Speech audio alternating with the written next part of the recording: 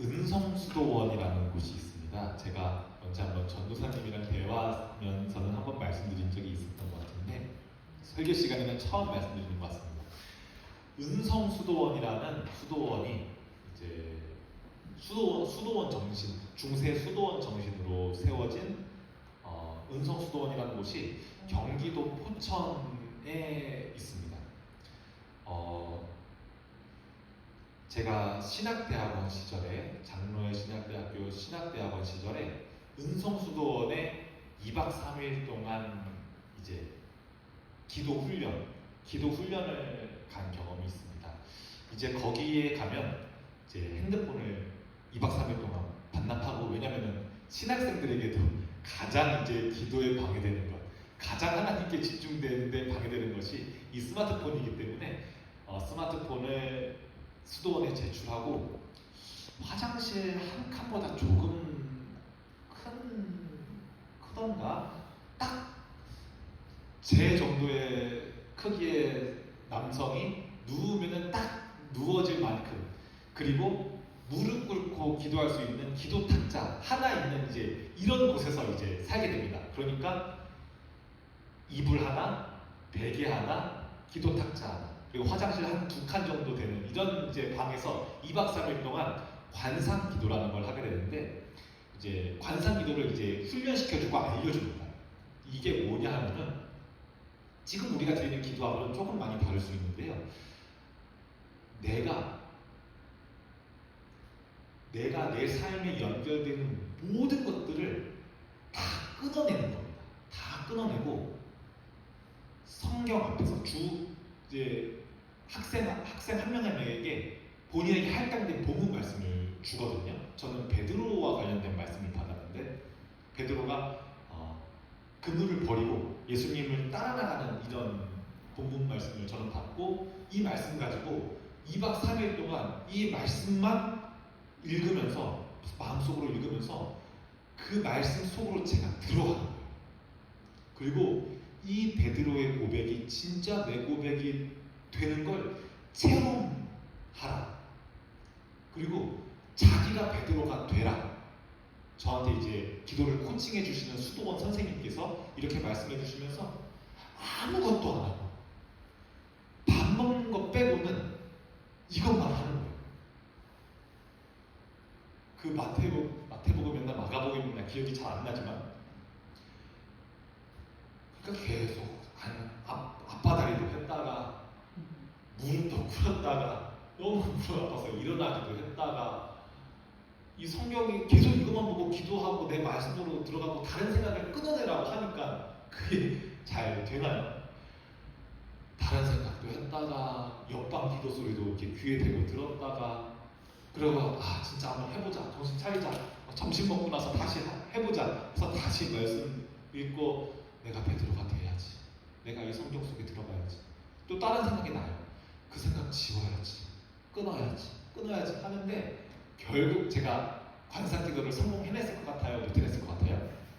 못했을 것 같아요? 솔직하게 말씀해 주셔서 감사합니다. 결국 이제 제가 말씀 속으로 들어가는 게 안 되더라고요. 다른 생각을 끊고, 어떻게 보면 고행과 비슷한 거죠. 우리 도 닦는 거랑 참 비슷한 거죠. 다른 생각들을 번민을 끊어내는 그런 게 안 되더라고요. 그리고 나서 이제 영성신학을 담당하셨던 이제 저희의 인솔자였던 제가 교수님들이 잘 기억이 안 나는데, 이 교수님께서 하셨던 그 말씀이 그냥 농담처럼 하신 말씀인데, 여느 때처럼 농담처럼 하는 말씀인데 그게 유독 뇌리에 팍 박히는 그런 사건들이 있잖아요. 그 교수님께서 이제 다 마무리하고, 여러분들 기도 잘 했어요? 엄청 나이 많으신 교수님이거든요. 여러분들 기도 잘 했어요? 학생들이 키득키득 웃어요. 잘 안 됐으니까 아마 키득키득 웃었겠죠? 2박 3일이 끝나고, 여러분들은 믿음이 뭐라고 생각해? 막 이렇게 선문답을 하시듯이 이렇게 질문을 하시더라고요. 아니다, 내가 질문을 잘못했네. 믿음의 반대말은 뭐라고 생각해? 이렇게 물어보시더라고요.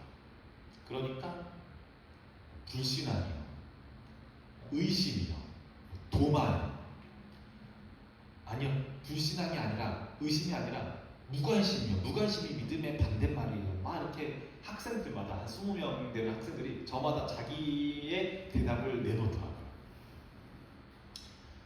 근데 교수님께서 대답하신 그 말씀이 와, 그 툭 던지는, 어르신의 툭 던지는 말이 그렇게 저의 가슴에 팍 박히더라고요. 아니, 나는 그렇게 생각 안 해. 믿음의 반대말은 뭔 줄 알아? 믿음의 반대말은 믿습니다야. 믿음의 반대말은 주여 믿습니다가 난 믿음의 반대말 같아. 이렇게 말씀하시더라고요.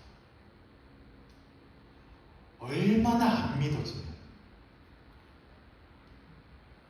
얼마나 나와 함께 계시는 게 믿어지지가 않으면 악착같이 믿어보려고, 너무너무 안 믿어지니까 믿습니다라고 하겠어. 이렇게 말씀하시는데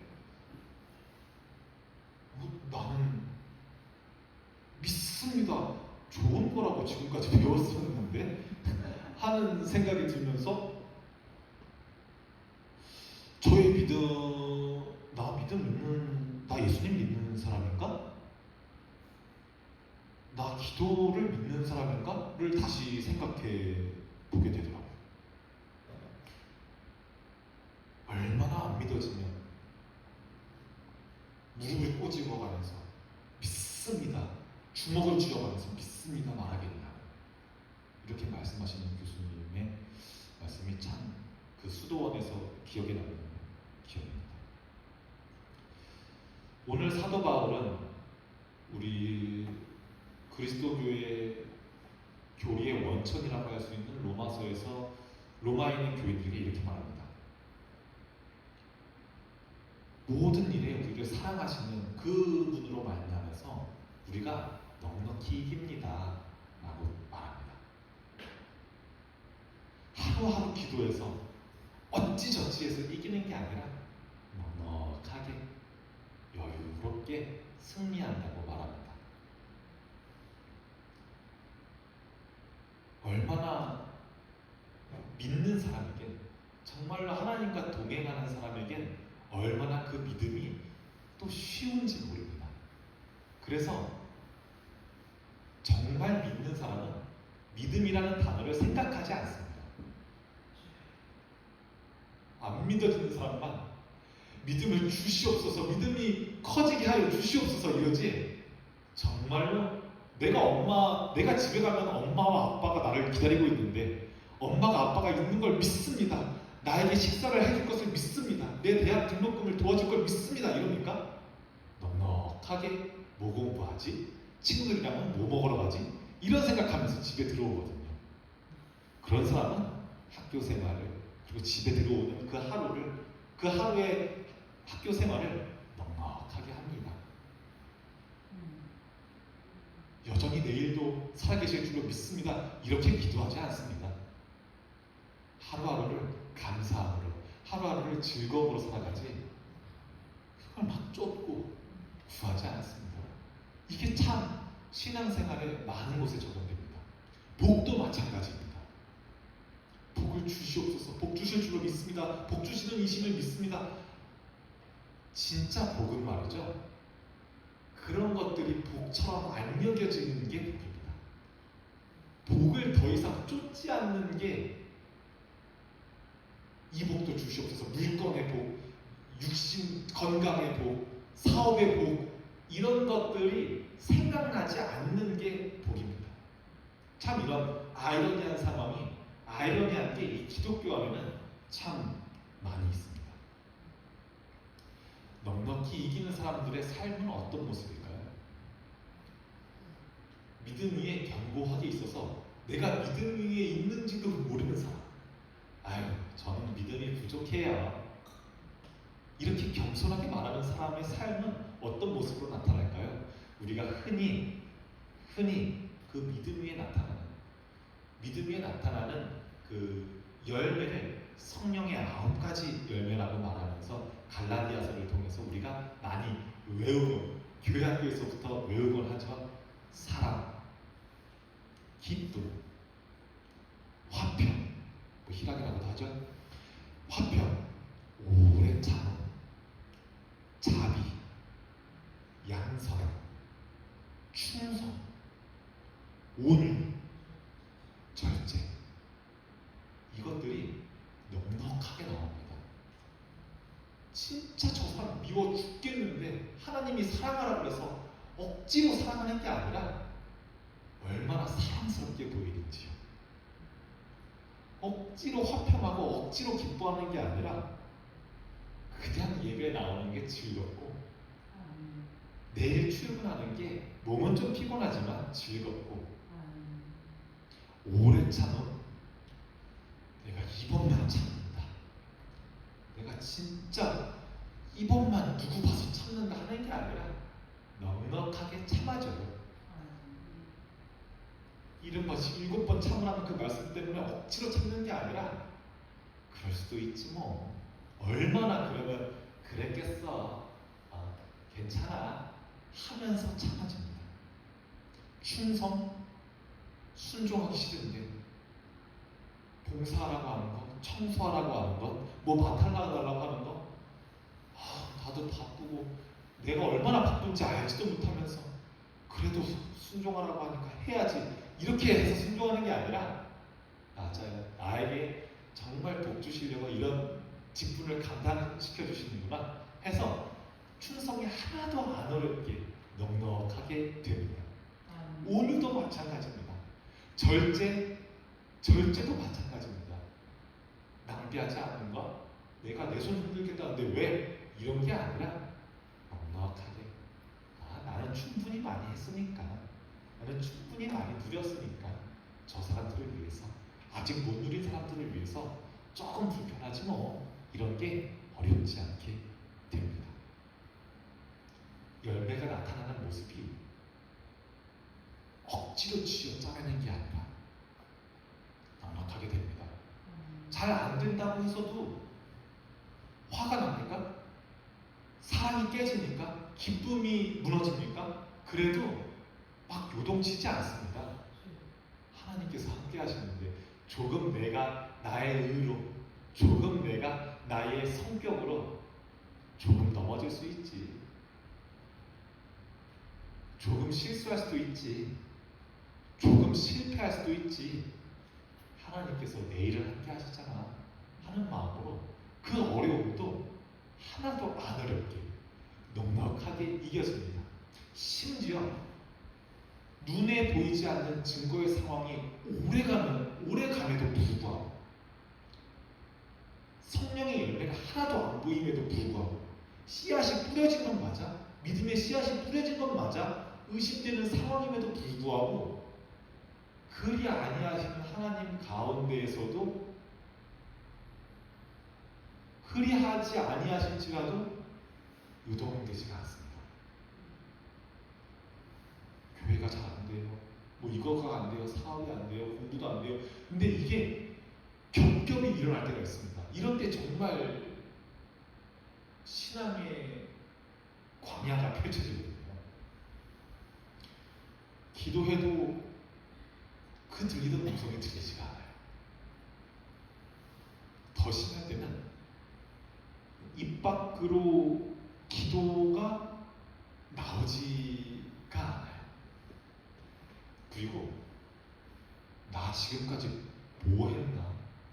이런 회의감이 찾아들 때도 그런 시험이 넉넉하게 익혀집니다. 믿음이 그렇습니다. 여러분, 안 믿어지시면 의심하셔도 됩니다. 안 믿어지시면 조금 거리를 두셔도 됩니다.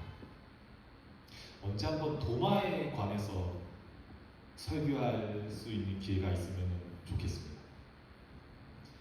여러분, 충분히 의심하십시오. 충분히 질문하십시오. 충분히 세상 바깥에 하십시오. 의심하지 않음으로써만 지켜질 수 있는 믿음이라는,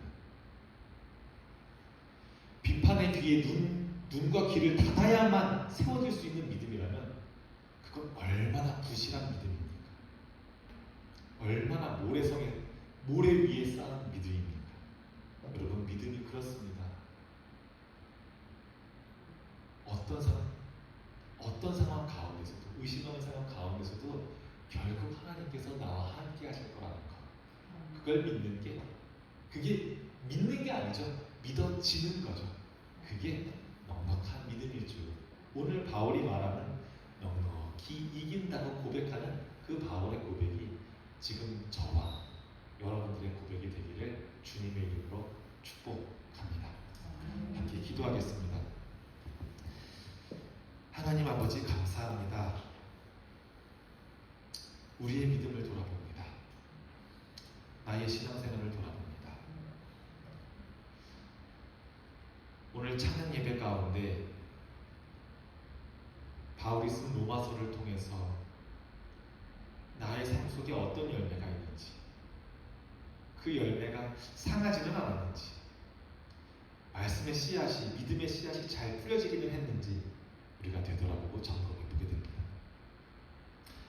하나님, 우리와 함께 하심을 우리가 믿습니다. 우리의 신앙생활의 여정에, 나의 삶의 여정에 주님께서 지켜주심을 믿습니다. 우리가 넉넉한 마음으로 하나님과 함께하는 담대하고 강하고 담대한 마음으로 신앙생활하게 하여 주시옵소서. 우린 연약하기 때문에 많이 넘어질 수도 있고 믿어지지가 않을 때도 있고 하나님의 곁을 떠날 때도 있습니다. 하지만 우리를 버리시지 않으시는 하나님을 우리가 또한 입술로 고백합니다. 주님, 우리와 함께하여 주시옵소서. 예수님의 이름으로 기도합니다. 아멘. 네, 교회 소식은